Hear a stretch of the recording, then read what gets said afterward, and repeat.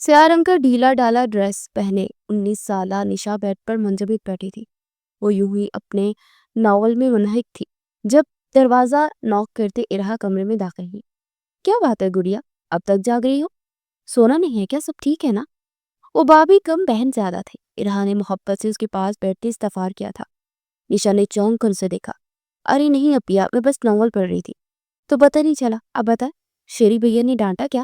بتائے، میں ابھی ان کی کلاس ہادی بھیا سے لگواتی۔ ارہا کے چہرے پر پریشان کن تاثرات نوٹ کرتی۔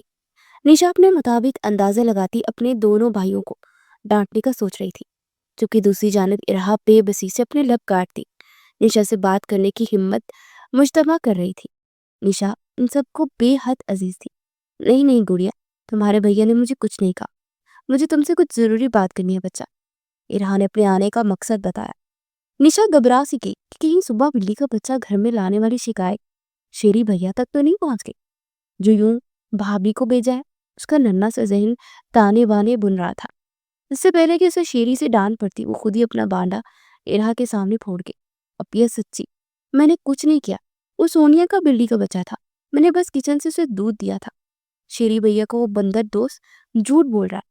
نشا طوطے کی طرح ارہا کو اپنی ساری کارستانی بتا چکی تھی۔ اسی بات سن کر ارہا آنکھیں پھیلائے نشا کو دیکھنے لگی۔ نشا، کون سا بلی کا بچہ؟ اور تم کیا آہت کو بندر کہہ رہی ہو؟ بری بات چندہ، وہ ہمارا مہمان ہے اور اب تو بہت خاص ہونے جا رہا ہے۔ ارہا نے تحمل سے سمجھایا۔ کیا ارہا اپیا، وہ مہمان ہی ہے، اتنے دن ہو گئے جاتا ہی نہیں اپنے گھر، اور وہ کیوں خاص ہوگا؟ اسپیشل تو میں ہوں نا آپ سب کے لیے۔ نشا خفگی سے منہ پھیلائے ہوئے بولی تھی۔ میری جان، آپ تو ہماری سب سے زیادہ پیاری ہے، پر آہت بھی آپ دی کی وجہ سے ہمیں عزیز ہے۔ ارہا کی بات سن کر نشا الجھے انداز میں اسے دیکھنے لگی۔ میری وجہ سے کیسے اپیا؟ پوری بات بتائے نا۔ نشا مکمل طور پر ارہا کی جانب متوجہ تھی، کیونکہ جیسے میری اور آپ کے شیری بھیا کی شادی ہوئی ہے، آپ کے ہادی بھیا چاہتے ہیں آپ کی شادی آج سے کر دی جائے۔ وہ بہت اچھا لڑکا ہے اور آپ کا خیال بھی رکھتا ہے۔ ارہا نے اس کے ہاتھ تھامتے ہوئے بڑا جھٹکا اسے دے دیا۔ نشا کی آنکھیں حیرت سے بڑی ہوتی چلی گئی تھی۔ اپیا، میں اس خڑوس سے شادی نہیں کروں گی، وہ ڈانٹتا ہے مجھے، اور اس نے میرا بلی کا بچہ بھی مجھ سے دور کر دیا تھا، مجھے ڈرایا بھی تھا۔ نشا کو تو اپنے سارے دکھ یاد آئے تھے کہ کیسے اس کے بلی کے بچے کو پکڑ کر پھینکا تھا۔ وہ سب یاد آتے اسے آہت سے پھر سے برا لگنے لگا تھا۔ ارہا اس کی بات سن کر گہرا سانس بھر کے رہ گئی۔ نشا، تمہارا کچھ نہیں ہو سکتا، آہت بھائی کا تو اللہ ہی حافظ ہے۔ نشا، جب وہ تمہارے محرم بنیں گے نا، جیسے تمہاری شیری بھیا میرے لیے تمہاری شادی کے بعد تمہاری ہر خواہش کا احترام کرے گا، پرومس۔ ارہا بس کسی طرح اسے منا لینا چاہتی تھی، کیونکہ ایک گھٹن کام بھی شہریار بخت نے اسے ہی سونپا تھا۔ پکا اپیا، میری ساری باتیں مانیں گے؟ نشا نے کنفرم کرنا چاہا۔ بالکل گڑیا، اور اگر وہ بندر نہ مانے تو مجھے بتانا، ہم دونوں مل کر اسے سبق سکھائیں گے۔ ارہا اس کے ساتھ ہائی فائی کرتے ہوئے بولی تھی، اور اس کی بات سن کر نشا کی بات سے کھل اٹھی تھی۔